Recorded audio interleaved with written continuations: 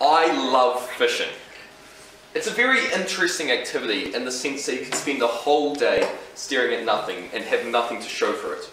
Or you can feel a tug on your line and get the greatest fight in the world, along with dinner.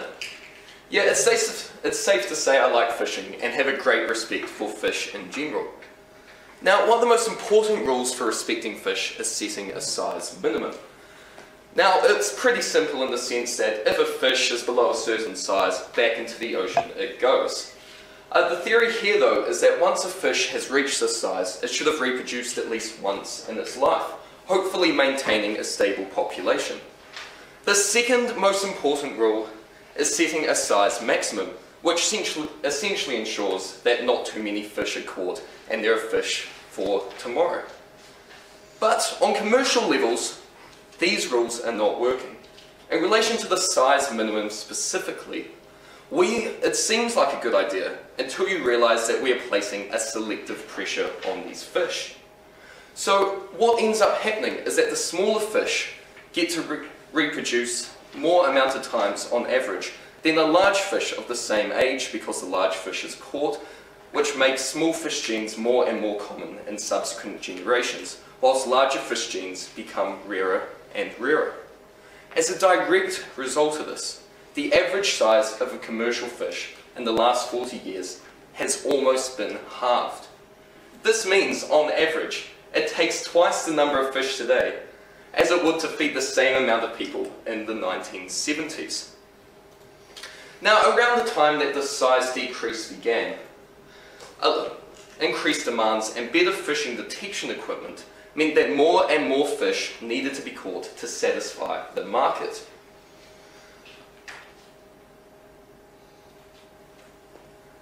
What this ultimately led to was 90 million metric tons of fish being pulled for the ocean for commercial purposes in 1989. This is the largest amount of fish pulled from the ocean for commercial purposes, literally the peak of human fishing. Except that every year since then, this number has decreased.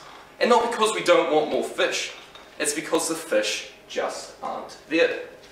The journal Science goes so far as to estimate that by 2048, all of the world's commercial fish populations will have collapsed.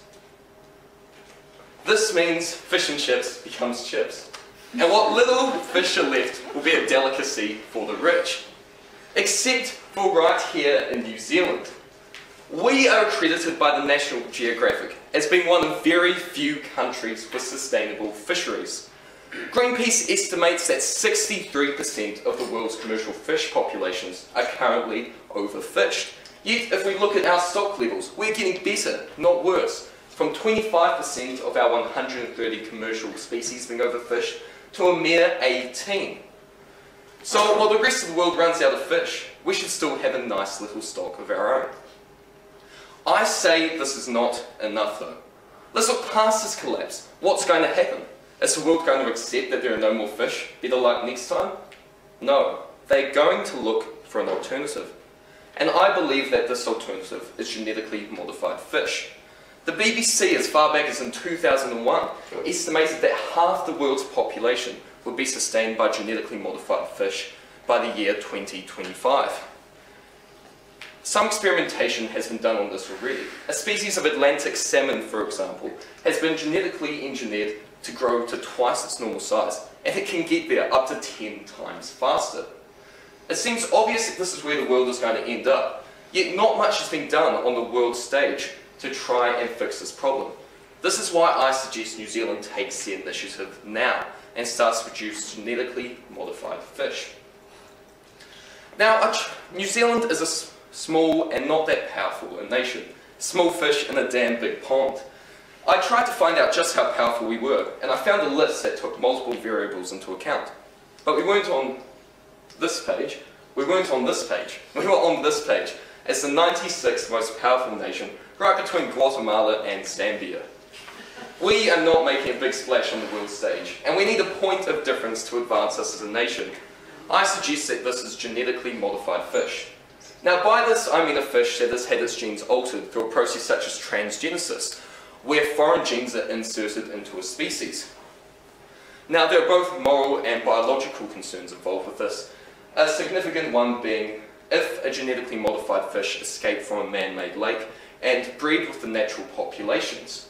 And if this were to happen, the descendants of this fish could outcompete and destroy the natural populations simply by being better suited to the environment, which is a very real risk. But by starting now, instead of when we're desperate like the rest of the world, we have the opportunity to crease out these problems and streamline the genetic modification process to be both safe and efficient. New Zealand has the potential to be the world's foremost leader in genetically modified fish. If we act now, it could further New Zealand's economy, our status as a scientific nation, and above all else, make us a true player on the world stage. For the first time, we have the opportunity to tip the scales in our favour and become a powerful nation. For New Zealand to progress as a country, I firmly believe that this is the only way.